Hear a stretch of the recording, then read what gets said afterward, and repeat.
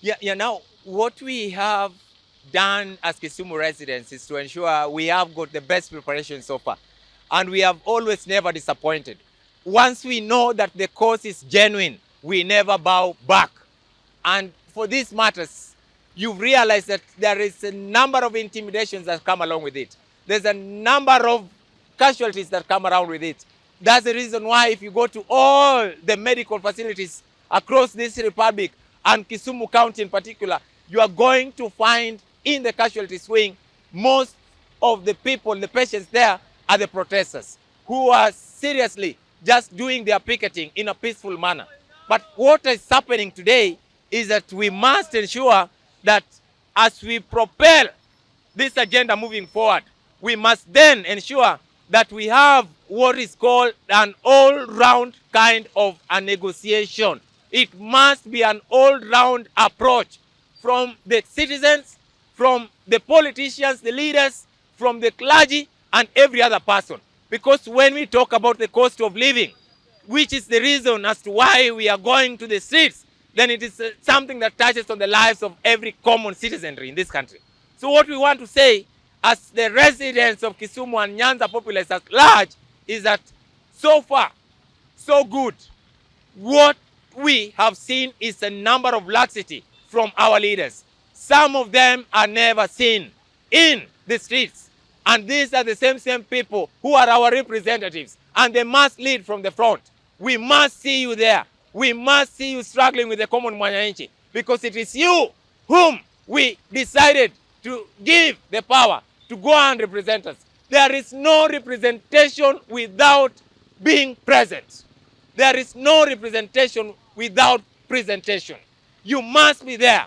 You must stay with us at all times, whether it is in the showery times when we have the tear gas canisters lobbed at us. You must stay with us. When it is time for us to be across the streets of Kisumu, picketing and going to the Kisumu State Lodge, you must be there with us. When we see you, we see hopes. When we see you, we see hopes. And that's the reason why, when we see these doldrums, we beg so much to understand why we are not able to see you. We saw the same thing at the floor of the National Assembly when the punitive tax was being passed. When we saw the finance bill being passed, some of you are not there. Some of you are never there to stay with the common mwananchi, the populace of this republic. What we want to tell you, indicate to us that you are together with us. And that is the only reason why we have to say that we are supporting you, and we know very well that you are going to run errands that are going to be people-centric, people-centered, and people-oriented. That is the way we know it has to go. We also urge our Azimio wing.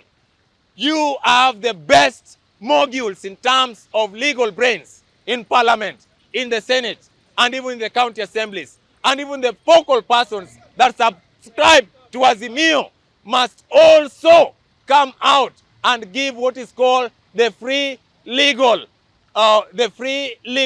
attention to our people, whom some of them are languishing in the cold cells in Manyata, in Nyalenda, in Kisumu Central Police Station. You must give the legal services free of charge to most of us who get cornered, who get murdered, who get tortured, and those who fall victims in one way or the other. That is what we need. As we speak right now, we got one of our great Raila fanatic called Omosh 1 hour. Omosh 1 hour today is still languishing in the corridors and confines of the police. But what we want to say is that they are begging. They are begging that they want 200,000 from Omosh 1 hour. A common citizen like me and so many other residents of Kisumu. Where is he going to amass all this money, 200,000 shillings? At that time, he's being tortured in the night. We are not going to allow that. Mr. Politician, the Azimio wing, and even Kenya Kwanza, if you have the heart, release Omosh 1 hour. Release Omosh 1 hour. Because he is being charged, he is being tortured, he is suffering for a right cause. which we all know is the high or the soaring cost of living in this country. We are not going to allow that. We beg on all the leaders to come out and protect our own. We know that we are going to the streets even tomorrow. We are going to the streets on Thursday. We are going to the streets on Friday. 3 days a week. There must be casualties. And we foresee a situation where there's going to be a mass kind of arrests that are very unfair staged at the people of Luo Nyanza and across the board in the entire Republic of Kenya. Because the president has simply said that some citizens across are going to protect their properties, which is very wrong. Who is supposed to protect the properties of Kenyan citizenry? It is the police. So when you pit a citizen against a citizen, you are bringing what is called anarchy.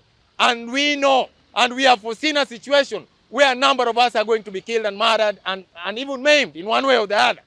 So Mr. Ruto and all the leaders concerned, kindly be fair to the Kenyan youths. We are suffering. It is not for our own liking. It is not because we have a part-time duty to engage in the streets. It's all because we do not have a livelihood. And the cost of living is very high. And that is the reason why we are deciding to go to the streets. It is for my own food basket. It is for my own generation that we are fighting in the streets today. So kindly release Omosh 1 hour.